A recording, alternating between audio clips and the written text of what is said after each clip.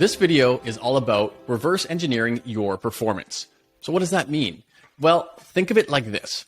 Knowing how much money you want to make in a year, that's a pretty easy number to come up with. But knowing how to hit that goal, maybe not so much.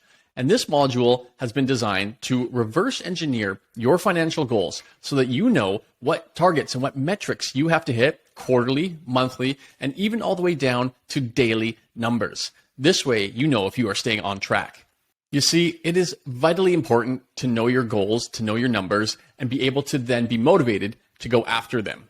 Recognizing what your daily numbers are can end up feeling far more attainable than just looking at your annual goal and going, wow, that seems big. How on earth do I get there? This video is about chopping it up, looking at it more in bite-sized pieces, if you will, and making your goals attainable. And again, keeping yourself accountable so that you are on track for that big, lofty annual goal. Understandably, just making calls every day will not aspire you to greatness. You're not sure if you're just kind of throwing darts in the dark. So this module is all about designing your daily metrics and then again, hitting them. Because if you are making your calls, making your contacts on a daily basis, you are essentially planting seeds. You are nurturing your leads. And you may go through some slow spells or some dry spells where you're just not doing the deals and it gets frustrating. But the reality is, if you are hitting your daily goals, those seeds that you're planting will sprout and you will start doing more deals. It's all about staying consistent and knowing that hitting those metrics daily is what is going to get you to your annual goal.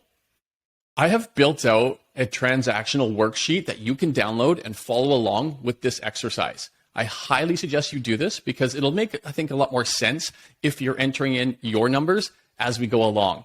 So take this time right now, download that worksheet right here in the module, and then let's get into the numbers. By the end of this exercise, you are going to have a clear vision and clear understanding on how many contacts you're going to have to make every day in order to hit that annual goal. Okay, so you have that worksheet open. Let's go. Okay, this is what the worksheet looks like. So make sure you've got this in front of you. And we are going to start at the bottom and end up at the top. Like I said, we're going to reverse engineer your year. So let's start here. As you can see, the first item that you're going to enter is the days that you are going to work in a calendar year. If you are going to work 11 months of the year, 5 days a week, that equates to 220 days per year. So quite simply, you enter in that number right here. 220 days of work per year. The hours within that are on you, but let's focus this on being an 8 to 10 hour kind of day. Now, what is your target annual commission? Obviously enter yours in here, but I'm going to work with $250,000. Okay. A very attainable amount for any agent getting coaching. Next up, and this helps, of course, outline and design the algorithm and how many days and how many calls you're going to make during those days, is what is the average commission in your area? If you're a couple of years in, you definitely know what your annual average commission averages out to. If not, you can always ask your colleagues, managing broker, etc. For my area and for the sake of this exercise, we're going to work with an annual commission check of $10,000. Average, not annual. So now you can see that this is going to obviously equate to you having to do 25 deals per year, making 10 grand average commission each to hit your $250,000 gross GCI for the year. Next up, you want to decide how many listings versus buying that you're going to be doing in the year. Some people are designated buyer's agents or listing agents. Some just do everything down the middle. For this exercise, I think we're going to go with probably 55% homes that are going to be sold. Well, that's going to do a bit of a strange number there. We want this to be even here. So let's go with 13 on the sold side and 12 on the listing side that sell. And that's the difference, right? You can take a bunch of listings, but they're not all guaranteed to sell. Same on the buyer side. Just because you have an active buyer does not mean they're going to complete on that transaction. So you have to kind of get a good understanding of how many active buyers and active listings you need to actually get that sale. So let's work through that. So looking at the listing side first, know your market. Is it super hot right now and almost everything is selling? put that at 90, 95%. Is it a super slow market? Maybe it's down to 50%. For the sake of this exercise, I think we're going to put in around, let's go with 60%. We're recording this in 2022. It is October, and right now the market is definitely slower. So again, let's just work with 60% of the listings you take actually sell. So what does that mean?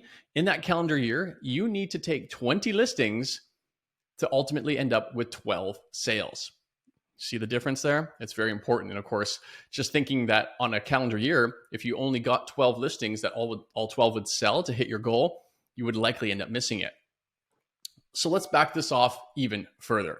Going up next is, of course, how many appointments that you need to get those 20 listings. Again, if you are a vet, you might be hitting 90%. 9 out of 10 of the listing appointments that you go on, you get the listing. If you're newer, it might even be as low as 50-50. This is going to evolve over time, and that's why the spreadsheet exists, so that you can also evolve it and manage the numbers and massage things up and down as your career and the marketplace dictates. For now, again, listings from appointment, we're going to say you're pretty good, and you're going to get 3 out of 4. Okay, so 75% of the time, you get the listing from that appointment. Now you can see that you need 27 listing appointments to ultimately sell 12 homes. Okay, this is very different than just getting 12 listings. Obviously, you need more than double in this current landscape for you to be able to sell that target of 12. Now, the question is, how many touch points, how many contacts do you have to make to get 27 listing appointments? Industry average is sitting around 70. You need to make 70 contacts in order to get 27 listing appointments. Now, that's not saying 70 different people. That could be 10 people 7 times. Do you get the idea here? And of course, these are nurtured over time. Ultimately, that turns out to 1,867 touch points or contacts made in a year. Yes, that sounds like a big number. And that's exactly the point of this exercise, is thinking at the beginning of the year that, man, I got to call almost 1,900 times, might seem a bit overwhelming. But when you break that down into a daily metric, here again, right? Contacts, or you're working 220 days of the calendar year, 8 contacts per day. Now, does that sound more reasonable? Can you have 8 conversations with potential clients that want to sell their home per day? Far more attainable than thinking about that 1,800, 1,900 number. So what is a contact, or what is a touch point? Realistically, these can be a different number of basically communication methods. Maybe they're phone calls. Maybe you're going back and forth on WhatsApp or text. Maybe it's a coffee date. Maybe it's a lunch. It doesn't necessarily matter how. It's just that you are talking to a client who has a home that they're thinking about selling with you, and you are pushing that conversation forward each time. Maybe it's just liking an Instagram post even. No, that doesn't count. That's too soft. It has to be a meaningful back and forth with a potential client that wants to sell their home with you. That is essentially a contact point or a connection. So now let's do the same thing on the buying side.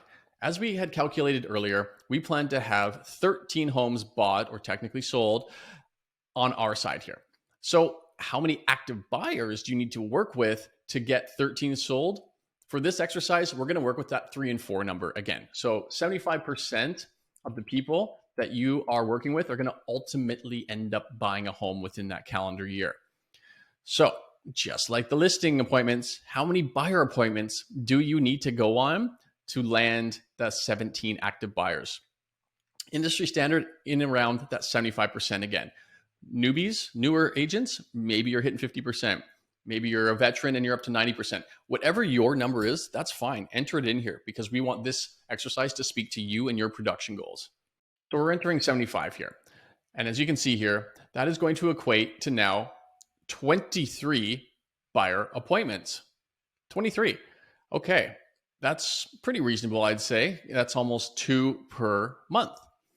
Now, again, contacts to get those appointments.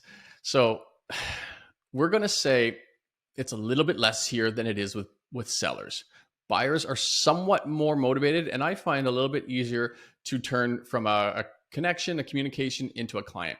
So we're going to go with 50 touch points to get those 23 buyer appointments.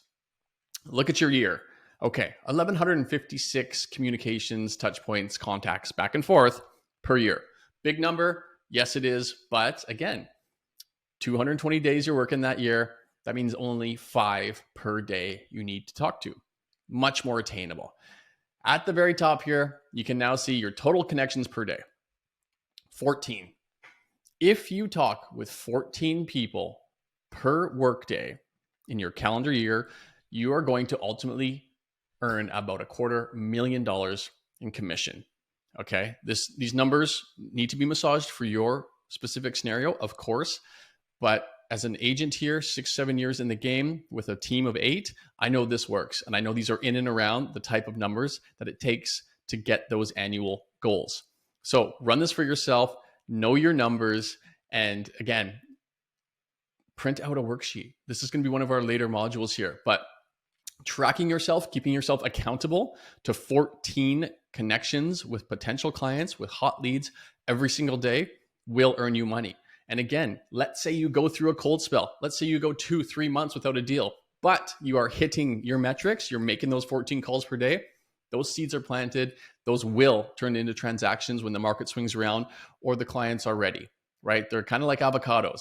They're not ready until they are. And when they are, you will be top of mind because you've been staying in contact for a few months here. So thank you for watching this one. Know your numbers, hit your metrics, and feel good that you are doing them daily, weekly, monthly, quarterly, and yearly.